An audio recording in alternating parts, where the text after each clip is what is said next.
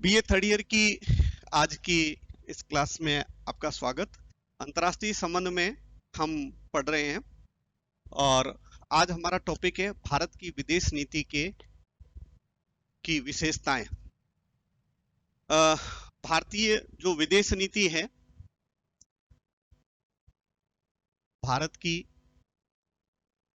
विदेश नीति, उसकी विशेषताएं। इसमें हमारा पहला बिंदु जो है गुट निरपेक्षता। इस पर हम ज्यादा चर्चा नहीं करेंगे, हमने इस पर विस्तृत वीडियो बना रखे हैं, उसमें हमने इस पर चर्चा की है। भारत की विदेश नीति की महत्वपूर्ण विशेषता गुट निरपेक्षता। आजादी और आजादी के बाद भारत के सामने जो संकट था किसी एक गुट में शामिल होने का, और उस विशेष परिस्थितियों में जो हमारे सामने खड़ा हुआ था, उसमें किसी भी एक गुट में हमें शामिल नहीं होना था। और पूंजीवादी और साम्यवादी दोनों गुटों से पृथक रहकर अपनी एक स्वतंत्र विदेश नीति का निर्माण करना था। और इसमें हम कह सकते हैं कि भारत सफल रहा और भारत की जो नीति वह सफल रही। वह न तो साम्यवादी गुट का पिछलग्गू बना और न अमेरिकी जो गुट था उन दोनों से अलग रहकर वह उसने अपनी एक स्वतंत्र विदेश नीति का निर्धारण किया। दूसरी बात है वो आती है हमारी शांति की। शांति की नीति, भारतीय विदेश नीति की महत्वपूर्ण विशेषता शांति, सहयोग और सहिष्णुता। हमारी भारत के स्वतंत्रता संग्राम में भी जो नीति रही थी अंग्रेजों के विरुद्ध, उसमें शांति महत्वपूर्ण थी। शांति और अहिंसा जो है वो बहुत महत्वपूर्ण था। भारत कभी भी युद्धों का समर्थक नहीं रहा। वह वसुधैव कुटुंबकम की भावना की बात करता रहा और युद्ध और संघर्ष को उसने टाला है। यदि हमें विकास करना है, प्रगति करनी है, तो हमें सबसे बड़ा जो है वो मानव जाति को संकट में डालने वाला युद्ध नहीं होना चाहिए। युद्धों से दूर रहना। यदि युद्ध होंगे तो युद्ध वह विकास को अवरुद्ध कर देता है। युद्ध विनाश का मार्ग है, विनाश की स्थितियां लाता है और विनाश में वह विकास नहीं होता। मानव जाति का संहार, मानव जाति सदियों पीछे आना, आर्थिक प्रगति अवरुद्ध हो जाना, मानव जाति के जो सदस्य हैं उनमें विकार या हम कहें अपंगता, उसमें कुछ कमियां, ये सारी जो चीजें आती है वो युद्ध लाते हैं। तो युद्ध कभी विकास के लिए उसको हम समर्थन नहीं कर सकते। तो भारत की विदेश नीति में इसका महत्वपूर्ण योगदान रहा। भारत ने कभी भी युद्ध नहीं किया, युद्ध की पहल नहीं की। अपने ऊपर यदि संकट आया है तो उसने जरूर युद्ध को झेलने की कोशिश की है। बाकी हमारी जो नीति है वो सुरक्षात्मक नीति है, वह हम हमले की नीति को कभी समर्थन नहीं करते। फिर तीसरी जो बात है मैत्री और सह अस्तित्व की नीति।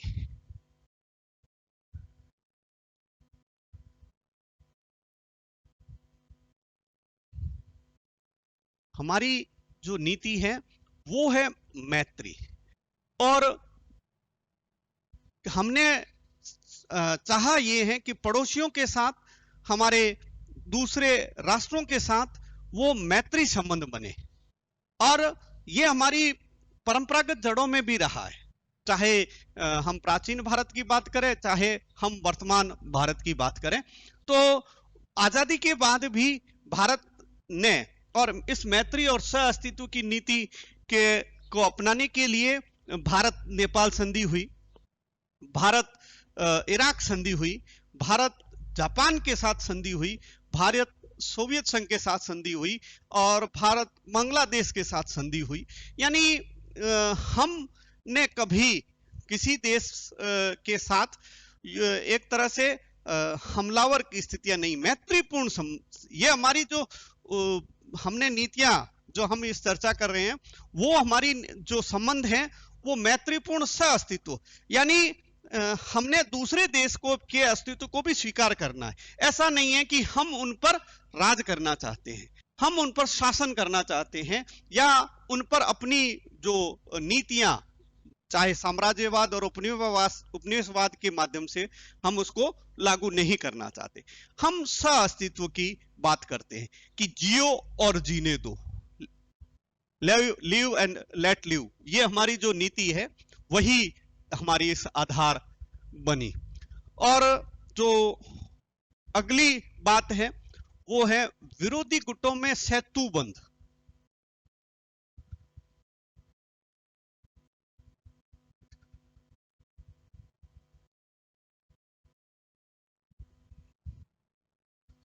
जो विरोधी गुट है, दो महाशक्तियां, और इन दो महाशक्तियों के बीच में एक पुल बनाने की नीति। हमने किसी एक गुट के साथ संबंध क्यों नहीं किए? क्योंकि यदि एक गुट के साथ जाते तो दूसरे गुट से हमारे संबंध खराब होते। और शीत युद्ध काल की जो स्थितियां थी वो आपके इस शीत युद्ध में ऐसी स्थितियां थी कि कभी भी कहीं पर भी इन दो महाशक्तियों के बीच में युद्ध छिड़ सकता है। दो विश्व युद्धों के बाद तीसरा विश्व युद्ध कभी भी हो सकता है। तो ऐसी स्थितियों से बचने के लिए एक पुल का काम वो भारतीय विदेश नीति ने किया, और उन्होंने कभी भी किसी लड़ाई का समर्थन नहीं किया। दोनों के बीच में संवाद की स्थितियों को भारत ने बनाए रखा। फिर एक और जो बात है वो है साधनों की पवित्रता।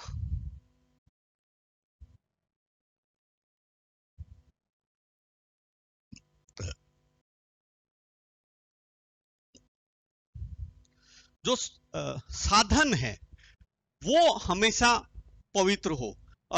भारत के स्वतंत्रता संग्राम में गांधी ने जो हथियार अपनाए थे सत्य और अहिंसा के, वही यहाँ पर भारत के विदेश नीति के निर्माताओं ने इसको अपनाया था कि हम साधन जो हैं वो कभी भी आक्रामक लड़ाई वाले वो नहीं होने चाहिए। और यदि हमारा लक्ष्य पवित्र है तो उसको प्राप्त करने के लिए साधन भी उतने ही पवित्र है, साधनों का भी महत्व है। तो साधन, हम हथियारों के द्वारा कभी भी हिंसा के द्वारा लड़ाई को नहीं जीत सकते। यदि जीतना है तो प्रेम से, सहयोग से, शांति से इन साधनों का प्रयोग करें। आपसी बातचीत से वाद विवाद का हल है तो टेबल पर बैठकर इन आधारों पर यदि किया जाए तो साधनों की हमारी पवित्रता की बात आती है। फिर आती है हमारी, वो है पंचशील की नीति।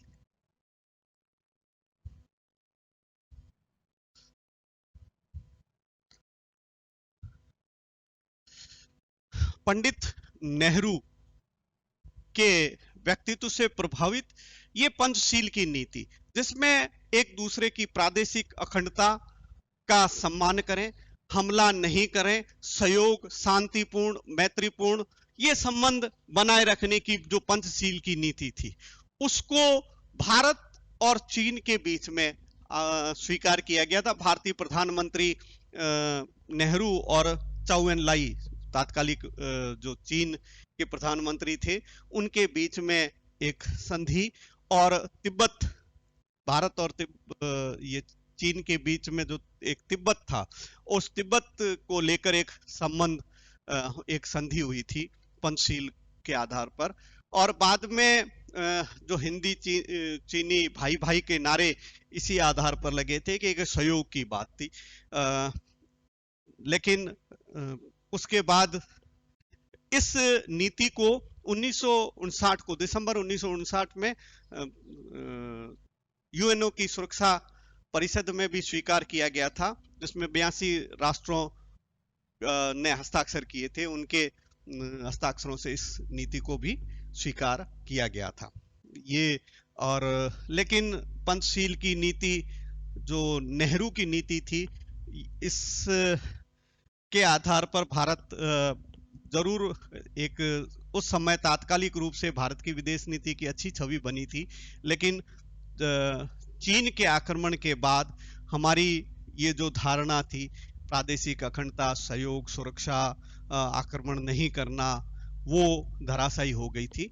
ये बाद में इस पर बहुत बुरा प्रभाव भी पड़ा था। फिर हमारी जो बात है वो है साम्राज्यवाद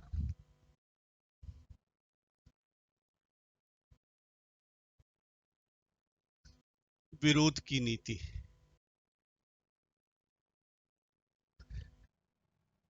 जो साम्राज्यवाद, नव साम्राज्यवाद, जो प्रजातीय विभेद या नस्ल भेद जो स्थितियां थी, उसका भी भारत ने विरोध किया था।